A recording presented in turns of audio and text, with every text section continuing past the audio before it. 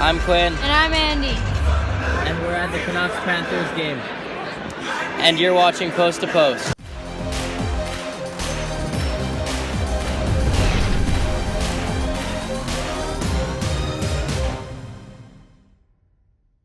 Hello and welcome to Post, the channel where we discuss all things hockey and all teams. And some pretty interesting news broke today.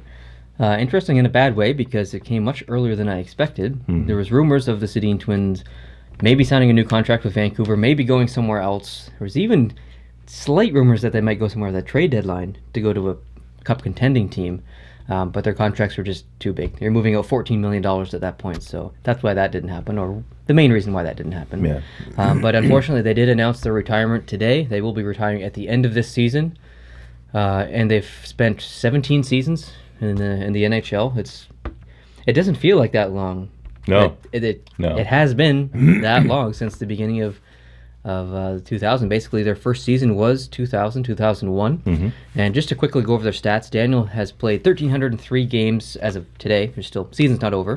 1,303 games played, 391 goals, 647 assists, and for a total of 1,038 points.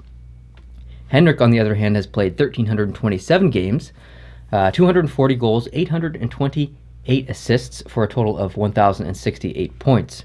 So very accomplished careers for both of them. I assume both will go into the Hockey Hall of Fame, likely together at the same time. I would say. There's no question. Yeah. Unfortunately, they don't have any Stanley Cups. I think they got close once or twice. Once against Boston, I think in 2011.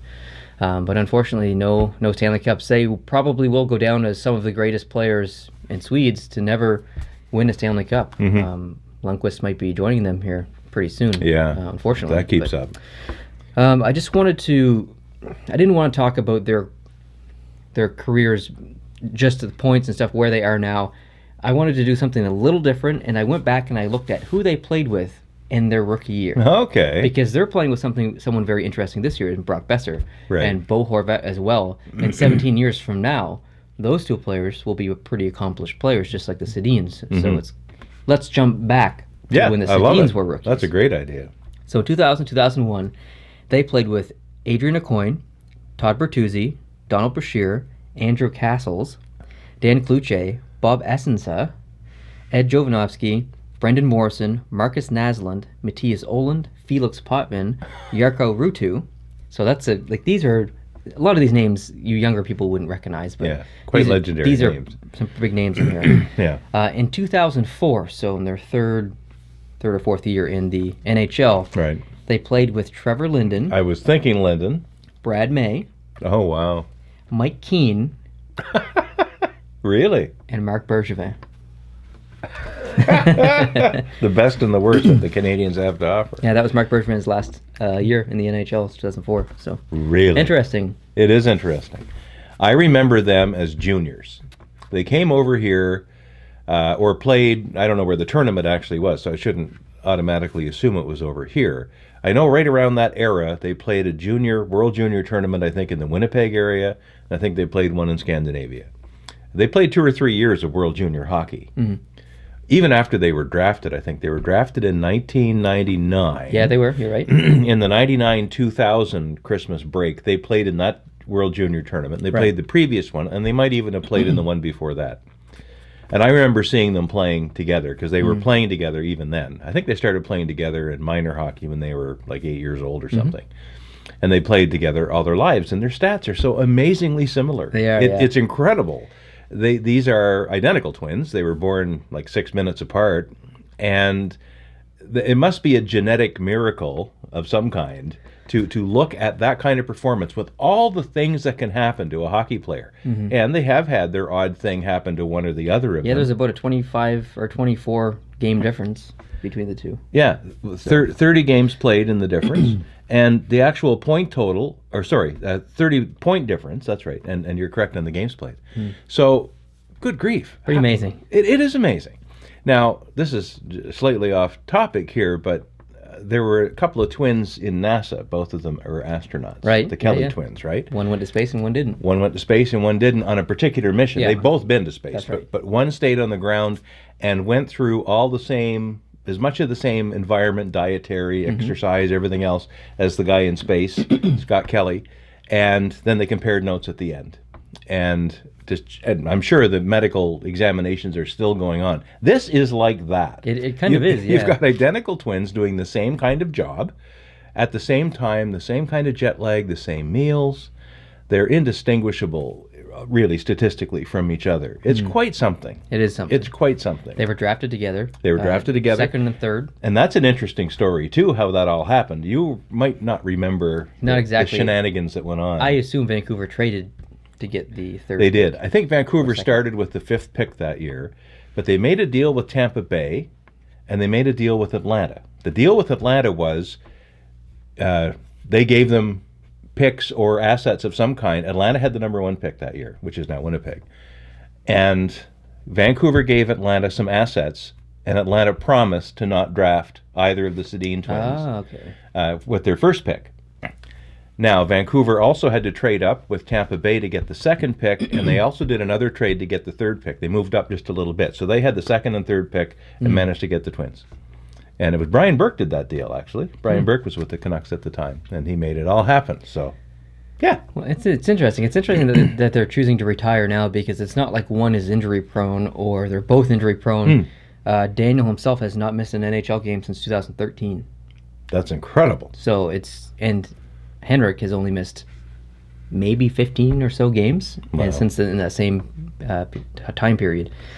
So it's not it's not an injury issue. I think they just felt it was time. I felt like they maybe couldn't contribute to the system that the Canucks was going to have moving forward. They've mentored so many people throughout their career on Vancouver. I guess they just felt it was time to move on.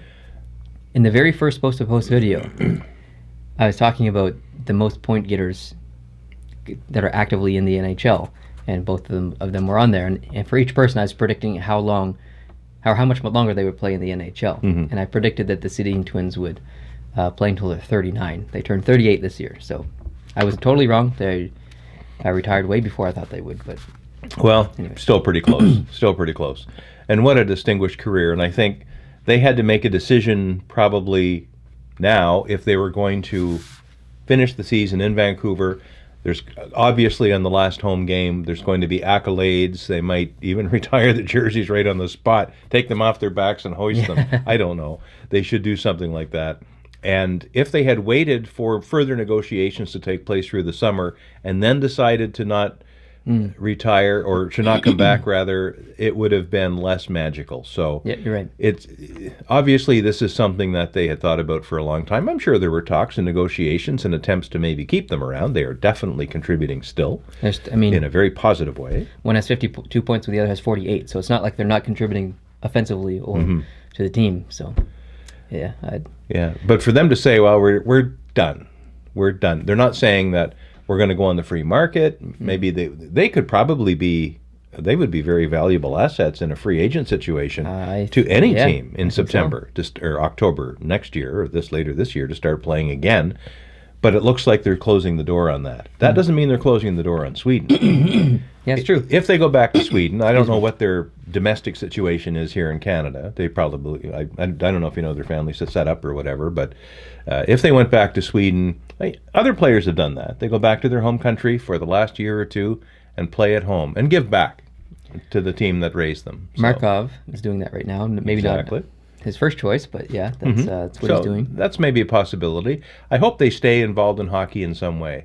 They've been such a tremendous asset to the Canucks and to hockey generally. They were clean players for the most part. Oh, yeah, very clean players. They're well respected all around the league. There's no animosity towards them, and it takes quite a bit to play for 18 years, whatever it's going to be for them, and to come out of this as still good guys, both of them. So. I have a feeling they'll probably both be involved in any Swedish national team on a coaching level or an advisor role or a scout or something like that.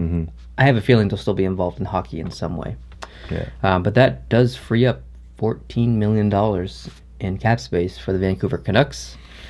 Do you think they make a run at Tavares? Oh, I think every team in the league makes a run at Tavares, including the Islanders. Including the Islanders. Where he would go is a totally... I can't see him going to Vancouver, but I can't see it either. at least they have the money to throw at him if he wants to. They certainly do. They have the money to chuck his way. Is one Tavares worth more than two Sedins right now? It's pretty close, because you add those 2 points, there's those 2 captures together, you've got 100 points there. Yeah. You've got a Connor McDavid sitting there. Pretty much. With those 2 guys, two for the price. 37-year-old Connor McDavid. Yeah.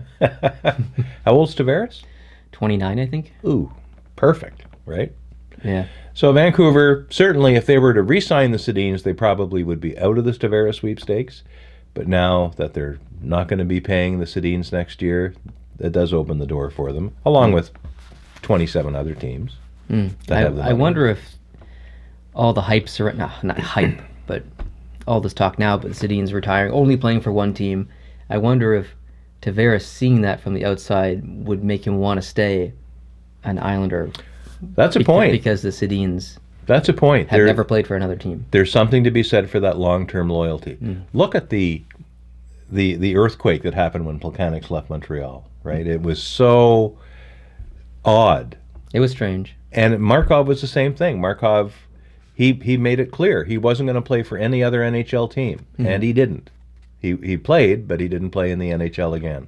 It's important for sentimental reasons for players like that, and probably for the Sedins as well. I remember when Gilmore played for Calgary, and then he went to Toronto. And whenever he left Toronto, it was very strange to see him in another jersey, and especially when he eventually got to Montreal. Yeah. That was strange. So that was strange. Who knows? But it'll be interesting to see where Tavares lands. I remember Frank Mahovlich coming to Montreal back in the early 70s after being with Toronto. So I'm used to it. Yeah. So that's all I have to talk about the Sedins. I just want to touch just briefly on the games tonight. Buffalo versus Toronto. I'm personally not going to be watching that game because it doesn't have a lot of implications. Winnipeg versus Ottawa. Again, not really any implications there. Winnipeg is not really going to be moving up very much, and Ottawa or down, and Ottawa isn't a factor. Yeah, I'm hoping Ottawa wins that game. Me too. Yeah, me too. But actually. I'm not going to be watching it either. Carolina versus Florida. That's a huge game. Oh yeah. If Carolina wins, I believe that's toast for Florida. I think it's almost toast anyway, but that'll officially I think be it's the statistically toast for Florida. Yeah, it will right now. Yeah, maybe be statistically the end. Washington versus St. Louis. I'm going to be watching this game. Oh yeah, this is going to be a very interesting game. Washington's still fighting for the top of the division in the Metro. St. Louis is really desperately needs those 2 points. Desperately, yeah, that's a perfect word. Desperately needs the points. It's going to be a very good game. And they're in St. Louis. Yeah, I believe they are in St. Louis. Cool. And these are two teams that, like, I make fun of Washington because they can't get out of the second round and they can't actually win a Stanley Cup. St. Louis is the Washington of the West. The West. Yeah, they really are. They're very similar teams that way. So I want to see both do well. I will be rooting for St. Louis tonight. Me too. Edmonton versus Minnesota. Minnesota needs the points, but they're not in danger. But they could use the points. One win, and I think that they'd feel much safer. They would, mathematically. if they lose in regulation in this game, they become in danger. They're not in danger as of right now, but they could be by tomorrow morning. If St. Louis wins and Minnesota loses, things get close. Yeah. And the second game I'm going to be watching is the Colorado versus Kings game. Oh yeah. I watched the Colorado versus Anaheim game last night. It was tremendous. Colorado was up 3-1 at one point. Anaheim came right back with their resiliency and won 4-3 in overtime. Wow. I'm telling you, Anaheim, look out. Not look out for Anaheim, no. Not Anaheim, look out. I will be watching the Colorado versus Kings game because it has huge implications as well. Colorado is right there fighting alongside St. Louis, and the Kings are there fighting alongside... The Kings are in a battle too. Anaheim and the rest of them. So that's going to be an absolutely massive game. That starts at 10:30 Eastern, I believe. So that's and the Washington Atlantic. St. Louis game, I think, starts at 8 p.m. Eastern. I think. Okay. Maybe.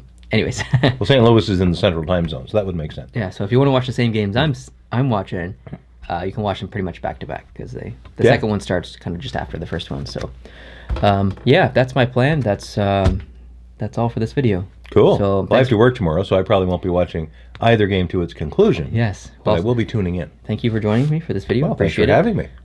There's going to be a mail time video coming just after this one, so keep an eye out for that. Thanks, guys, for watching. Let me know down below how you feel about the Sedins retiring. Do you think it's too early, or do you think it's time? Let me know. Like this video if you liked it. Hit that like button. Subscribe if you're new, and I'll see you in the next one. Adios.